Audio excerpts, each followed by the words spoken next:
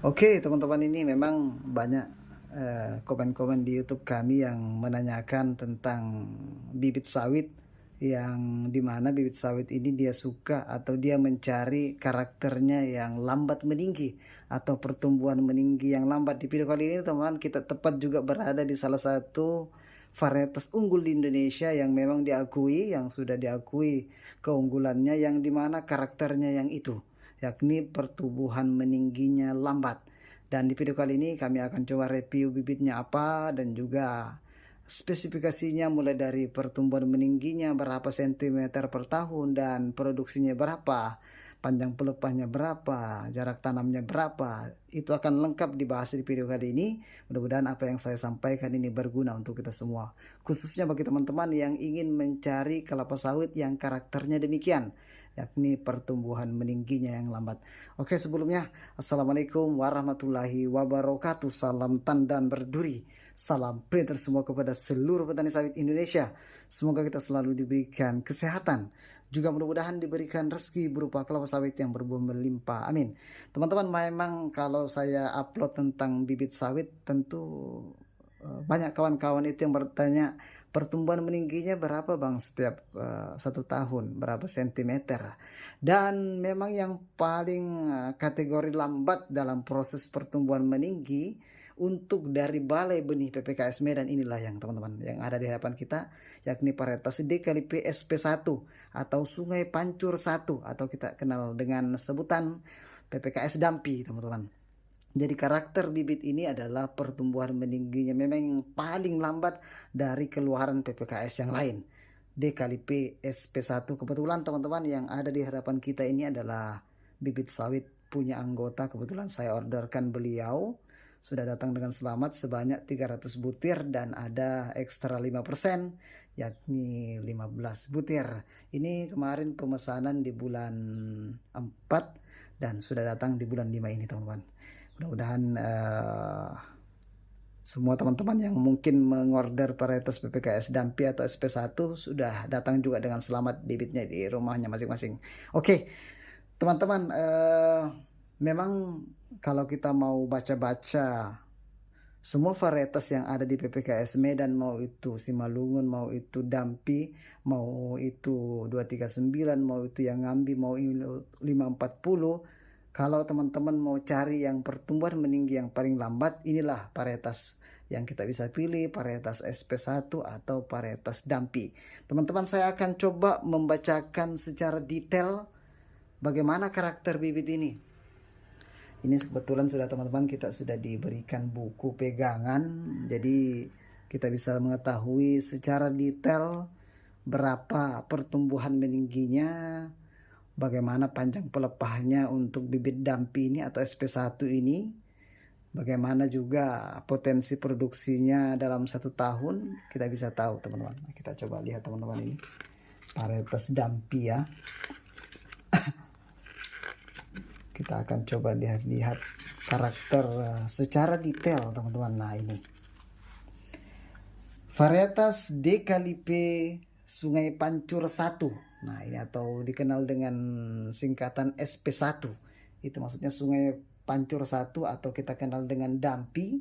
Jadi varietas DKLP Sungai Pancur 1 atau yang kita kenal dengan Dampi ini merupakan varietas kelapa sawit dengan keunggulan spesifik laju pertumbuhan meninggi yang lambat, teman-teman, di angka 40 sampai 55 cm per tahun. Nah, ini memang kalau dari sisi pertumbuhan meninggi yang paling lambat, inilah yang kena dia, teman-teman. Karena banyak teman-teman yang mencari pertumbuhan meninggi yang lambat, ini salah satu pilihan yang bisa kita pilih. Yang paling terbaik dari PPKS Medan, Dampi. Ini yang paling lambat meninggi. Oke, di angka 40 sampai 55 cm per tahun. Nah, oke, yang kedua, karakter dari bibit ini adalah rata-rata bobot tandang yang tinggi. Jadi besar buahnya, teman-teman. Ini rata-rata bobot tandangnya ini tinggi. Memang ini besar buahnya kalau Dampi nih. Oke, yang ketiga, dengan pertumbuhan yang lambat, varietas Dampi mampu mencapai umur sampai 30 tahun. Jadi teman-teman, ketika pertumbuhan meninggi yang lambat, otomatis masa pemanenan akan diperpanjang. Di Balai Benih diklaim bisa mencapai 30 tahun masih kita tombak teman-teman, masih baik kita panen. Ini salah satu keunggulan dari varietas PPKS Dampi. Bisa 30 tahun. Kita lihat langsung ya di brosurnya langsung. Lebih lama dari varietas yang lain. Jadi masa produksinya ini lebih lama dari varietas-varietas yang lain yang ada di PPKS Medan. Nah, selain itu, pertumbuhan benih yang lambat, Dampi juga memiliki keragaan batang yang relatif besar. Jadi batangnya besar teman-teman ini. Jadi peragaan atau batangnya ini besar sehingga tidak akan jatuh, tidak akan rebah teman-teman, tidak akan rebah. Yang kedua dan seterusnya, Dampi juga memiliki keragaan batang yang besar sehingga cocok ditanam di lahan pasang surut. Jadi teman-teman mungkin yang berada lahannya di daerah pasang surut bisa ditanam ini karena dia batangnya besar, otomatis resiko untuk rebah atau tumbang tidak ada teman-teman, diperkecil. Nah ini salah satu keunggulan. Atau gambut juga mantap ini teman-teman. Oke, Dampi ini teman-teman dirilis di tahun 1984 berdasarkan keputusan Menteri dengan SK nomor 384 garing KPTS garing TP 204 garing 4 garing 1984 teman-teman. Nah ini dirilis di tahun 1984. Saya belum lahir teman-teman, ini sudah dirilis ini barang. Ini dirilis atau di SK kan di Menteri Pertanian atau terbit varietas Dampi di tahun 1984. Ini belum lahir saya teman-teman, sudah ada ini. Oke lanjut ya.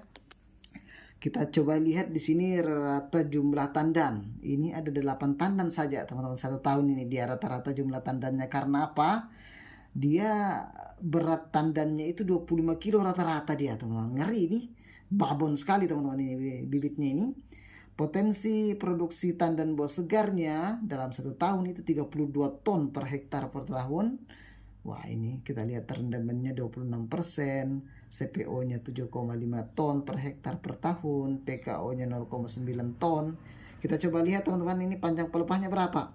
6,2 meter panjang pelepahnya, termasuk cukup panjang pelepahnya teman-teman. Dengan kerapakan tanam itu 130.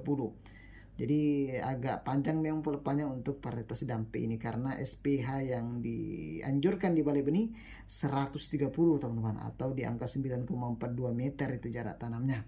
Adaptasi di daerah yang marginal itu baik teman-teman, apalagi kalau di daerah gambut dan pasang surut. Jadi memang spesifikasi untuk bibit ini untuk lahan-lahan gambut itu cocok teman-teman, sangat cocok. Apalagi kalau di daerah yang mineral teman-teman, atau di pasang surut ini bisa dipasang bibit ini varietas SP1 dari keluaran PPKS Medan. Teman-teman mungkin ada yang menyemai varietas Dampi atau bahkan sudah memanen. Silahkan komen di kolom komentar bagaimana produksinya.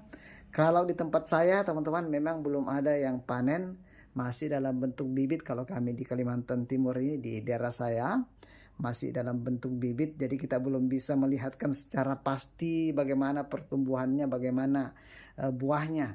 Kita masih memakai brosur teman-teman ini. Mudah-mudahan apa yang saya sampaikan ini berguna, mudah-mudahan bisa ada manfaatnya teman-teman. Terima kasih.